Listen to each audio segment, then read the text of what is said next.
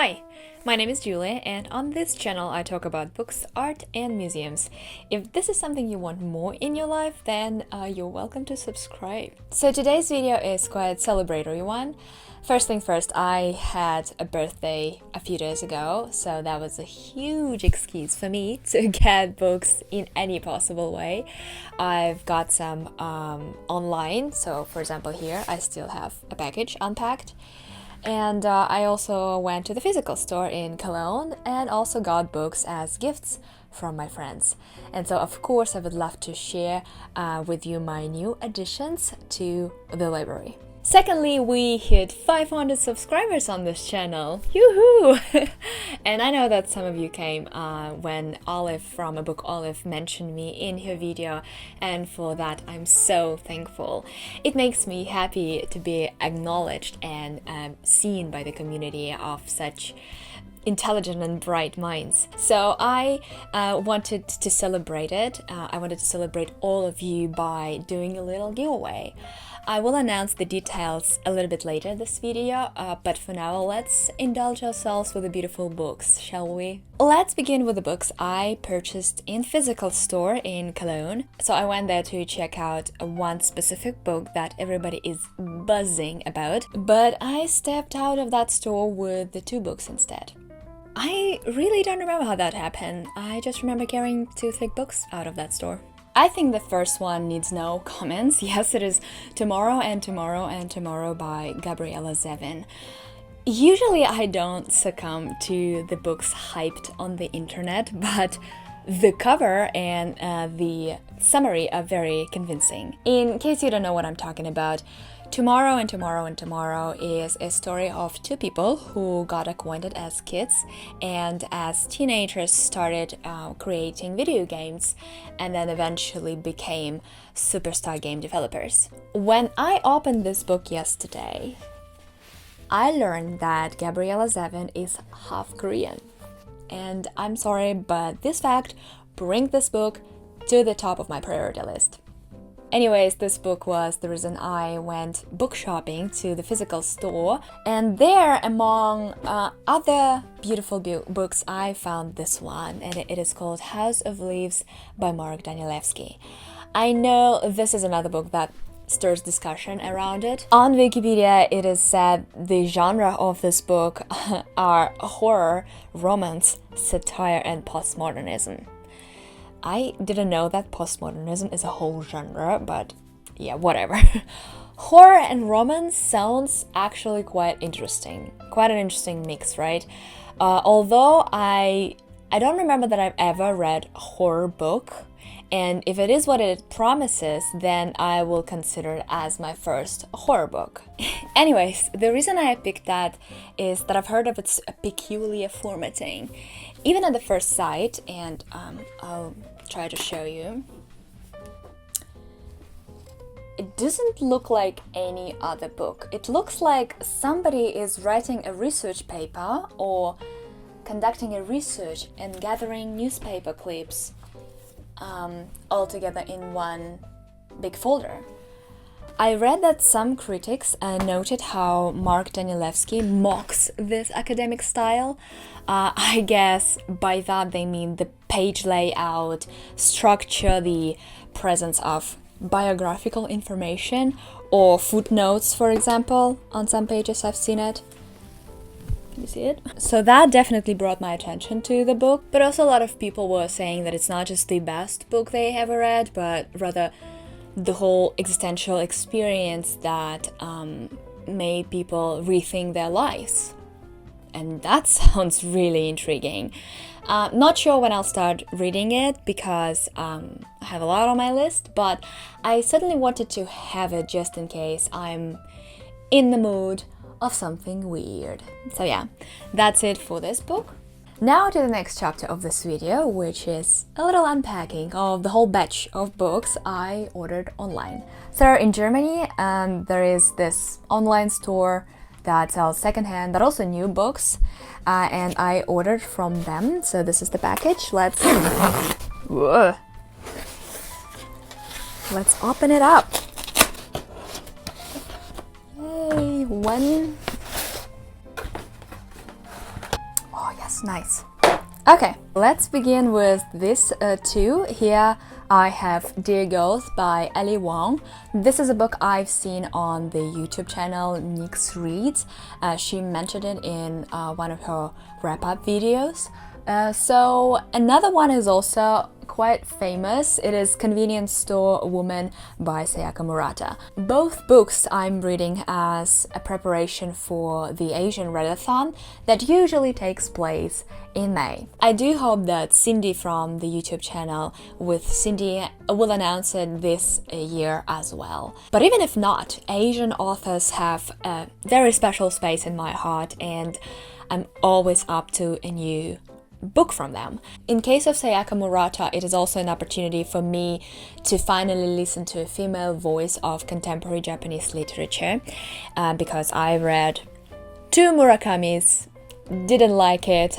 I read Before the Coffee Gets Cold, which is, I have mixed feelings about it, and I do think it's a subject for a separate video. Anyways, I realized I never read any female writers from Japan, so I decided to fix that and picked Murata's work as perhaps one of the widely discussed authors of our time. Now to the books that have one common theme, let's say. Since the beginning of the Russian-Ukrainian war, I observe how contemporary artists react to the conflict in the form of activism and protest art. I personally believe that being against war and militarized conflict is a natural trait of humans. But unfortunately, humans are not the brightest biological species, so it took us thousands of wars to realize how horrifying it is. Some of these humans still don't get it, but some were actually smart and persistent enough to record their thoughts in books. So for my pacifistic journey, I selected the following. First of all, The Catch-22 by Joseph Heller. This story takes place during the Second World War and tells the story of a fictional air squadron. And there's also a movie based on this book. I haven't watched it, but from the episodes I've seen, I fathom it's a commentary on absurdity of war and a life of military people. So that sounds exactly what I'm looking for. The next book I got is called Heart of Darkness by Joseph Conrad. It's not about the war per se, but rather criticism on imperialism and colonialism. Both, as we know, often lead to military conflicts. In this story, the sailor becomes a captain of a steamer on the river in Africa. Although the author does not name the river, it is most probably implied to be Congo River. I think this book has always been associated to me as anti-war masterpiece because of the 1979 movie Apocalypse Now, which is vaguely based on this book. And although we know that the movie has nothing to do with Africa and emphasizes another human tragedy, the Vietnam War, it would be interesting to compare the two and to see how exactly Francis Ford Coppola adopted the structure of the book.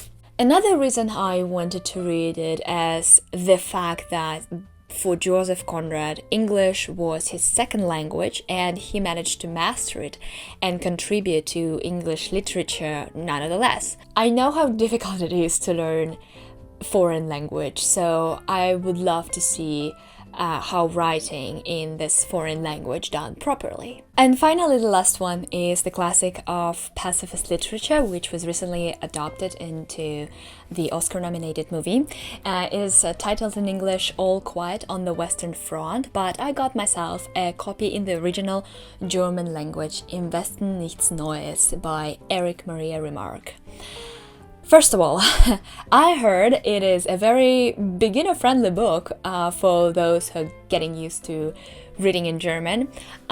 So far, I finished only 2 books in this language, and I'm still struggling, and of course, I'm a little bit intimidated by this book. I fear it might overwhelm me with the military vocabulary, but I guess I'll just take it slow and make it as many notes as I want. Secondly, it is a book about the horrors and meaninglessness of the First World War, which, as we all know, was the first war that introduced chemical weapons, air force, tanks, and countless other innovations to which people were frankly not prepared. Remarque himself served in this war, and after this experience he became a ruthless pacifist and a promoter of pacifistic ideas. So I'll do my best in reading it in original language, but if I realize that I enjoy the story but struggle with the language, then I might switch to Russian or English. So yeah, we'll see about that. So now to the books I got from my precious friends.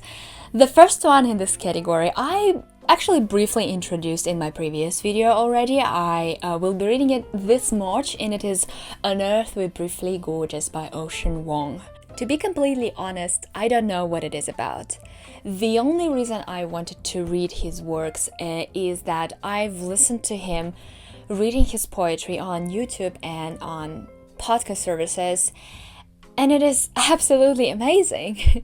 He is a living proof that even as a non-native speaker of English, I can understand and appreciate poetry written in this language.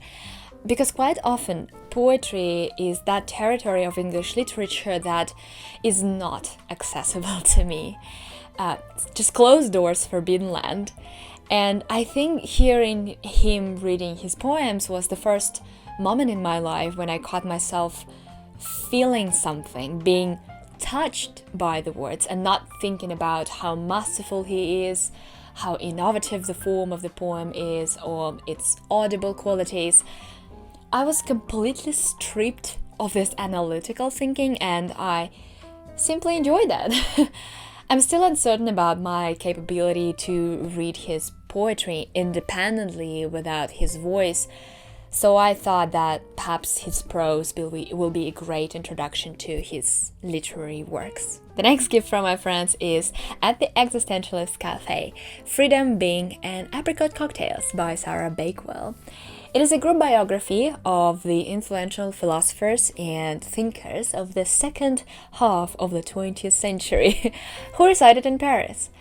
I heard that it is a great introduction to the ideas of modern existentialism, which I know through indirect sources, such as articles and theory books, but I never fully dived into the existentialist philosophy in the sense that I never finished their works, perhaps with some small exceptions of Albert Camus.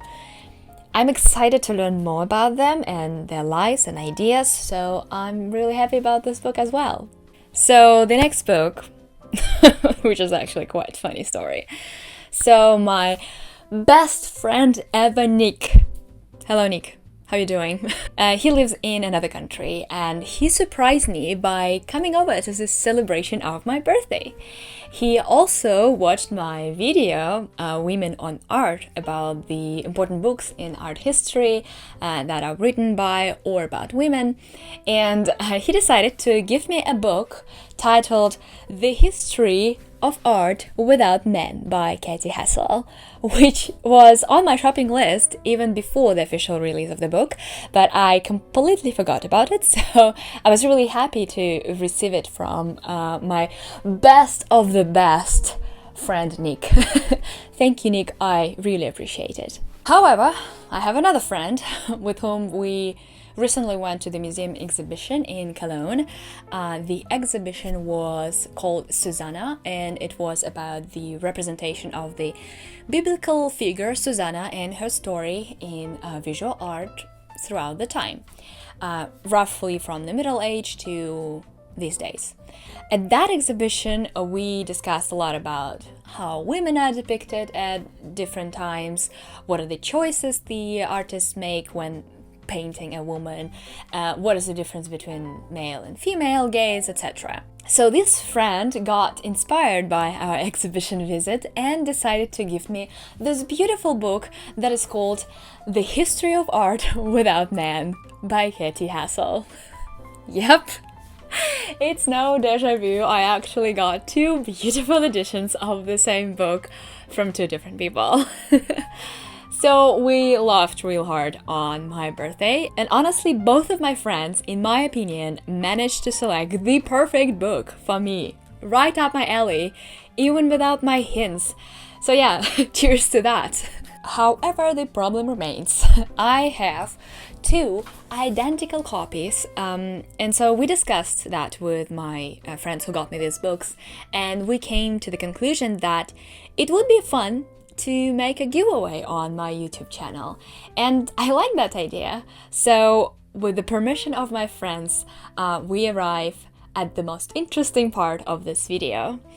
I'm going to announce my first ever giveaway, and the winner of this giveaway will receive 1 copy of The History of Art Without Man by Katy Hessel. I also decided that it's a great way to celebrate the fact that there are already more than 500 subscribers on this channel, and I am so happy about it. You guys are my gift for my birthday.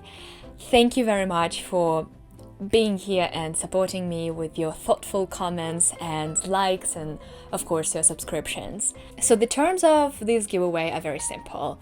You need to be subscribed to my channel, but I assume it's already done on your side. You also need to leave a comment in the comment section of this video, let's say with the book or books that you are currently reading. So just share with me what you're reading right now. Maybe it's not a book, maybe it's an article or a great essay. Anything goes. In 2 weeks after the release of this video, I will randomly select the winner. YouTube, however, does not allow me to write you a direct message, so it means you need to check out the description of this video in 2 weeks and contact me via email if you see your YouTube name there. As soon as I get your address, I will send it by post anywhere in the world, and when you receive it, I will delete your address from our correspondence. And just for the record, this giveaway is not sponsored by any company and does not have a promotional aim for the book. It's really a sheer privilege to hold 2 copies of the same book and be able to share it with one of my subscribers. So thank you very much for watching this video. I'm looking forward to learning what you're reading now, and I wish you a great rest of the day, and I'll see you very, very soon. Bye bye.